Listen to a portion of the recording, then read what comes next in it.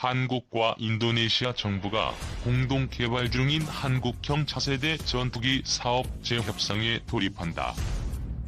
KF-X의 시제기 출고 시점이 내년으로 다가온 가운데 8조 7천억 원에 달하는 개발비의 20%를 부담하기로 한 인도네시아가 2017년 하반기 이후 현재까지 약 5천억 원의 분담금을 체납하고 있어 어떤 방식으로 지급안을 제시할지 관심이 모아지고 있다. 18일 정부 관계자에 따르면 최근 박태성 주 인도네시아 대사는 인도네시아 프로보워 수비안토 국방부 장관을 만나 KF-X의 재협상안에 대해 논의했다. 당시 인도네시아 측은 KF-X 사업 분담금을 낮추는 방안, 자국으로의 기술 이전을 늘리는 방안, 분담금 대신 현물을 지급하는 방안, 체납한 개발비의 이자에 대해 면제하는 방안을 제시한 것으로 알려졌다. 이미 조코위 인도네시아 대통령도 지난 2018년 9월 한국을 방문했을 때 문재인 대통령에게 KF-X 사업 분담금 비율을 20%에서 15%로 축소해달라며 재협상 의지를 드러낸 바 있다. 최종 조율을 위해 우리 측은 방위사업청, 한국항공우주산업 등 10여 명으로 꾸려진 협상단이 오는 21일 출국할 예정이다. KF-X 사업은 40년 이상 운영한 공군 전투기를 교체하기 위해 최신형 국산 전투기를 개발하는 국가적 프로젝트다. 카이는 현재 상세 설계 단계를 통과해 시제기 제작에 돌입한 상태다.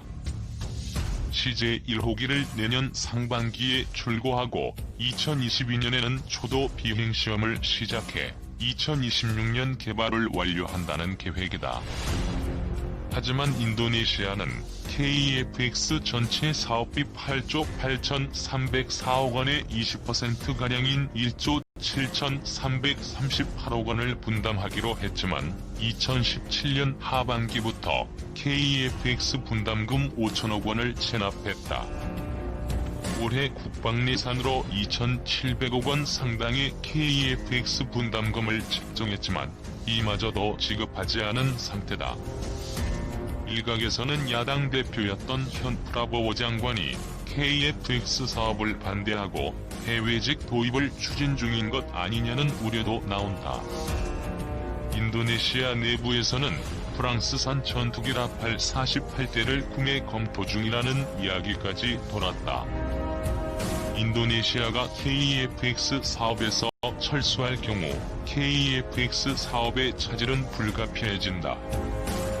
당장 인도네시아가 미납한 1조 5,318억 원을 마련해야 한다. 신종 코로나 바이러스 감염증 주경 예산으로 인해 국회로부터 1조 원이 넘는 국방 예산을 추가로 승인받기도 쉽지 않은 일이다. 또 계획한 전투기 생산 대수가 줄어 KF-X 가격이 기존 예상가보다 오를 수밖에 없다. 현재 양산 계획대로라면 KF-X 1대당 가격은 800억 원대로 추정된다. 정부 관계자는 1년 만에 진행되는 재협상에서는 쉽지 않은 문제가 제기될 수 있지만 KF-X 사업의 정상 진행을 위해 최선을 다할 예정이라고 말했다. 미국 로키드 마틴사가 세계 최강으로 일컬어지는 F-22와 F-35의 혼합형 개발을 일본 정부에 타진하는 것으로 알려지면서 관심을 모아주고 있다. 일본이 자체 개발하기로 한 스텔스 전투기 F-3 개발 프로젝트가 올스톱할 경우 우리 군이 추진 중인 한국형 전투기에 어떤 영향을 미칠지 모른다는 우려에서다. 7일 외신들에 따르면 일본은 당초 차세대 스텔스 전투기 F-3을 자체 개발하기로 했다. 이를 위해 일본은 애초 2030년께부터 순차적으로 퇴역할 F-2의 후속 전투기를 자체적으로 개발한다는 계획이었다. 일본 정부는 F-X 사업에 총 6조엔이 소요될 것으로 추산하고 있다. 정비와 폐기 비용 외에 개발비와 100대 정도를 도입하는 데 각각 1조 5천억 엔씩이 필요할 것으로 보고 있다. 일본은 개발에 이미 400억 달러의 비용을 쓴 것으로 추정된다. 일본은 작년 1월 F3의 실중기 HDX를 XE로 개명해 정식 공개한 바 있다. 이후 4월 첫 시험 비행에 성공했다. 지난 2009년부터 개발해온 XE는 길이 14.2m, 폭 9.1m, 높이 4.5m로 탄소 섬유 전파 흡수제를 사용해 스텔스 성능을 갖춘 것으로 알려졌다. 일본 방위성은 XE가 스텔스 성능을 보유할 뿐만 아니라 F-35에 비해 기동성이 높다고 주장했다. XE는 작년 4월 첫 시험 비행 이후 10월 31일까지 총 32번의 시험 비행을 마무리한 상태다. 하지만 일본 정부는 개발 시간이 오래 걸리고 차세대 전투기 개발 성공 여부를 장담할 수 없다는 이유로 올해부터 총 42대의 F-35기를 도입하기로 했다. 내부적으로는 도널드 트럼프 대통령의 방일 당시 무기 도입 요구에 손사래를 칠 수 없었기 때문이라는 분석이다. 당시 일본 언론들은 미국 F-35 스텔스 전투기 구입과 미사일 방어 추가 구입 등으로 재정적 압박을 받으면서 일본 방위성이 F-3 개발 연기를 검토 중이라고 분석하기로 했다. 일본은 당초 F-4 팬텀 전투기, 노후한 F-15 전투기 200대 가운데 일부를 대체하기 위해 F-35E를 도입했다. 일본은 지난해 항공자위대 미사와 기지에서 스텔스 전투기 F-35E 첫 배치 기념식을 개최하게 했다. 당시 일본 내부에서는 F-35E 첫 배치에 이어 자체 전투기 개발 사업도 포기하는 것 아니냐는 우려가 나오기 시작했다. 일본은 F-35E 42대를 도입하기로 하고 미쓰비시 중공업 시설에서 최종 조립과 검수 과정을 거칠 예정이라고 홍보했지만 우려의 목소리는 더 커져만 갔다. 여기에 일본은 해병대용인 F-35B를 추가로 도입하겠다고 나섰다. F-35B는 단거리 및 수직이 착륙이 가능해 헬기 탑재 호위함인 경항모 이즈모에서도 운용할 수 있다. 중국과 영토 분쟁을 벌이고 있는 동중국해 주변 작은 섬들이나 본토에서 멀리 떨어져 있는 낙도 지역에서 활용하겠다는 계획이다.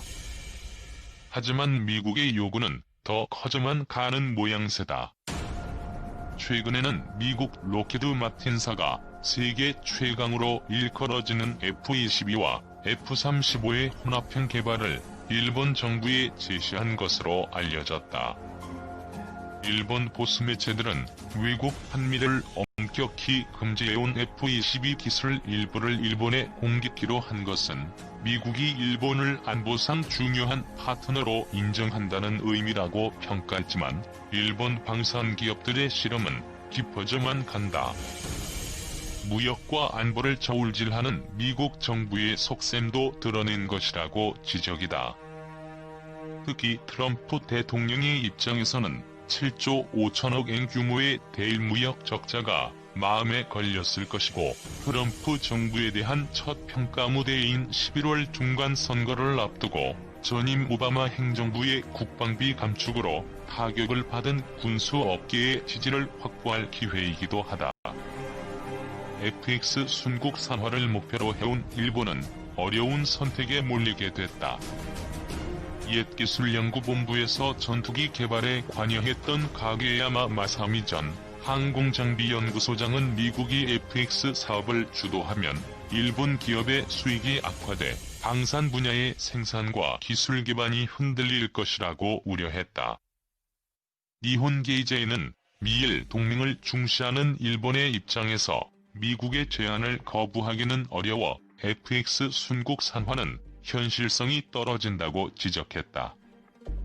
로키드 마틴사는 빠르면 올 하반기부터 F-22와 F-35 혼합형 개발 계획 구체안을 마련한다는 계획이다. 미국의 방산업체는 민감한 군사 기술을 외국에 넘길 때 정부의 허가를 받아야 한다. 특히 이 설계도는 수출이 금지된 전략무기인 F-22 랩터와 F-35 라이트닝의 설계를 바탕으로 한 것이어서 미국 정부가 어떤 결정을 내릴지 주목된다. 방위사업청이 인도네시아와 방산협력위원회를 열고 회의를 개최했지만 차세대 전투기 개발 사업 분담금과 관련한 논의는 이루어지지 않은 것으로 전해졌다. 25일 방사청은 성일 방사청 국제협력관과 다당 헨드라유다 인도네시아 국방부 예비 전력정국장이 주관한 화상회의에서 양측은 방산기술 보호 협력 강화와 무기 체계 현황 공유 등 방산 협력 방안을 논의했다고 밝혔다. 양국의 8개 방산업체가 자사 제품을 소개하고 현재 진행 중인 협력사업 현황을 공유하는 시간도 마련됐다. 한국 측에서는 풍산, LIGNX1, 대우조선해양 등 3개사가 참여했다. 방사청은 KT-1B, T-50I 등 국산 항공기와 잠수함 등을 도입해 운영하는 인도네시아를 향후 여러 무기체계를 함께 운용할 방산협력 핵심 국가로 보고 있다. 하지만 이날 회의에서 KF-X 개발 사업 분담금과 관련한 논의는 이루어지지 않은 것으로 전해졌다. 인도네시아는 KF-X 개발 주관사인 한국항공우주산업의 기술진 110여 명을 2016년 하반기부터 파견했지만 지난 3월에 모두 철수시켰다. 국내 신종 코로나 바이러스 감염증 확산을 이유로 들고 있지만 기술 이전을 놓고 불만을 품고 있는 것으로 알려졌다. 인도네시아는 코로나19 확산세가 소강 상태에 접어들면 다시 파견하겠다는 입장이었지만 아직 후속 조치를 내리지 않았다. 인도네시아 정부는 KF-X 전체 개발비 8조 5천억 원 중 20%에 해당하는 1조 7천억 원을 부담하기로 했지만 지난해 초까지 2,200억 원만 내고 분담금 지급을 중단했다. 인도네시아는 현재 자국의 재정 상황을 들어 고무 원료 또는 인도네시아에서 생산하는 CN-235 수송기로 분담금을 대납하려는 것으로 알려졌다. 잠수함 수출과 관련해서도 잡음은 이어지고 있다.